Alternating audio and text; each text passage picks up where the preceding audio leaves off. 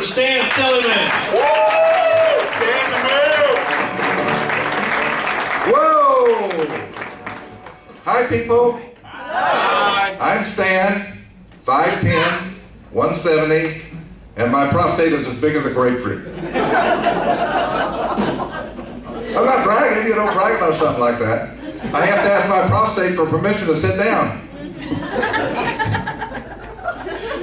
When I go to the bathroom, I take a magazine with me to pee.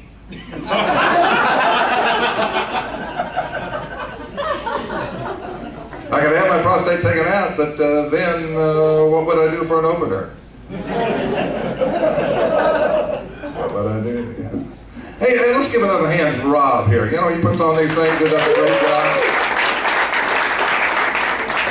And he looks so much like Christopher Reeve, Clark Kent, that I'm worried every time he tells me he's going out horseback riding. I get worried, yeah.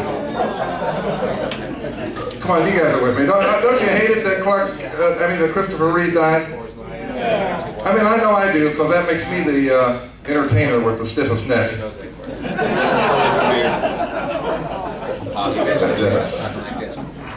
All right, let's be honest. Brutally honest. How many are shocked I'm still awake?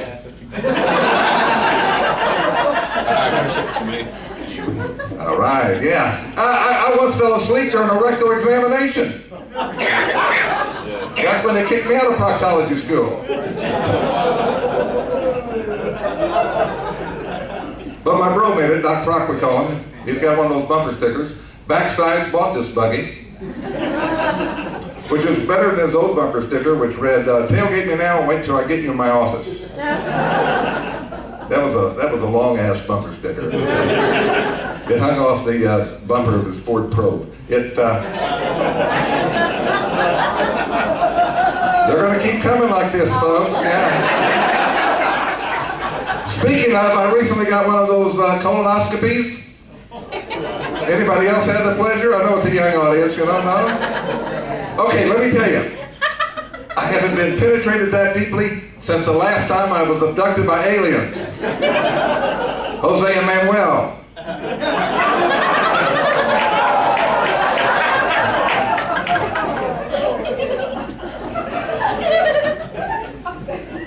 I got stopped for speeding last week, and a police officer asked me, why I was going so fast, and I said that, you've got my driver's license. Look at me. I'm trying to get there before I forget where I'm going. Of course, I got off with a warning ticket. Yes, I had to blow him. You know what I hated about it? When I was finished, I forgot where I was going. I forgot where I was going. On the way up here, I came by an Air Force base called Tinkerfield. Tinkerfield. Now, there's a name for a military installation that should strike fear in the hearts of our enemies. Don't tinker with us, we won't tinker with you. Glad a few folks laughed. I live in the west part of Oklahoma City. You don't know how far out of my way I drove just to tell you that joke. I can do that. I can make fun of Oklahoma City people. Oklahoma City has a sense of humor. You guys do agree with that? Oklahoma City has a sense of humor. If you happen to be in Oklahoma City sometime, drive up to 24th and Classen, and what you're going to find there is a big, giant milk bottle. 24th and Classen. That's where we put our pictures of missing fat kids.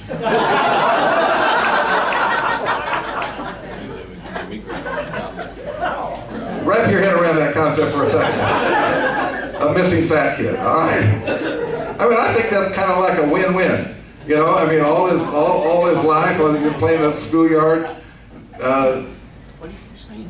playground games, he only could play seek.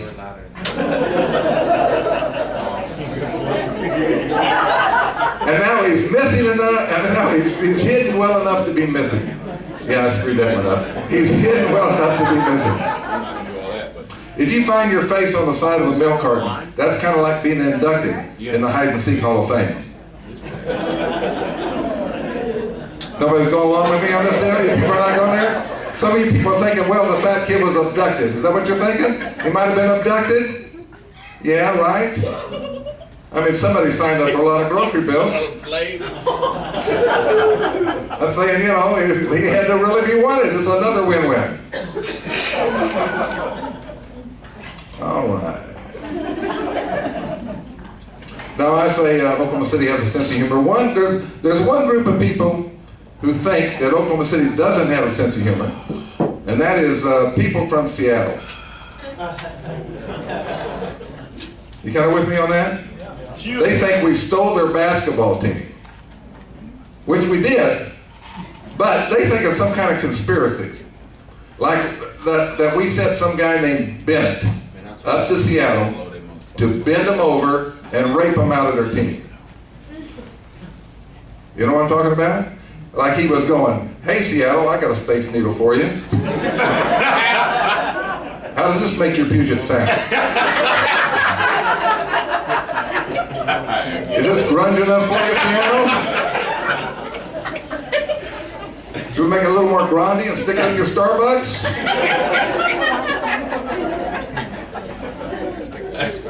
But I tell people from Seattle that Oklahoma City has a sense of humor.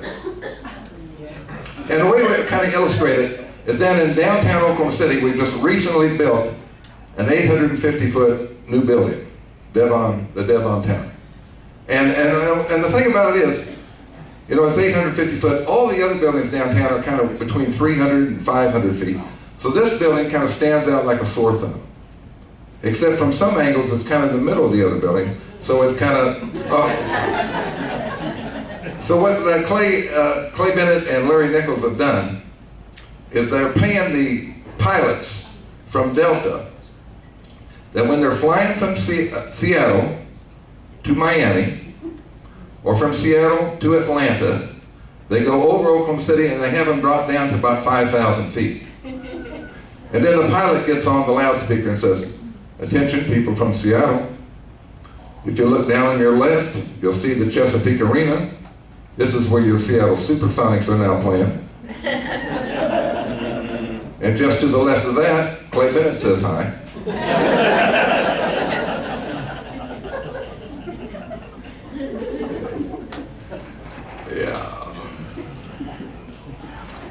Oh, I guess I'm going to have to wash my car. I went out in the parking lot. Somebody had written on the back of it, I wish my girlfriend was this dirty.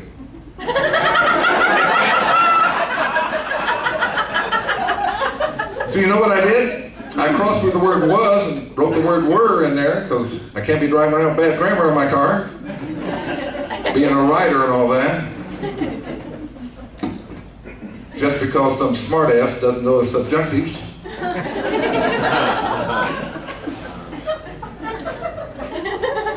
I run into smartasses all the time. I don't know about you guys. I run into smartasses all. Like for Christmas, a guy sent me gift certificates for BJ's. Turns out to be a restaurant. He knew. Even my doctor was a smartass. When we had this big ice storm, I was down in the corner of my house, and a big old chunk of ice falls down on my foot. And I go inside, take my shoe off, my foot starts swelling up, and call the doctor. You know what he tells me? Put ice on it.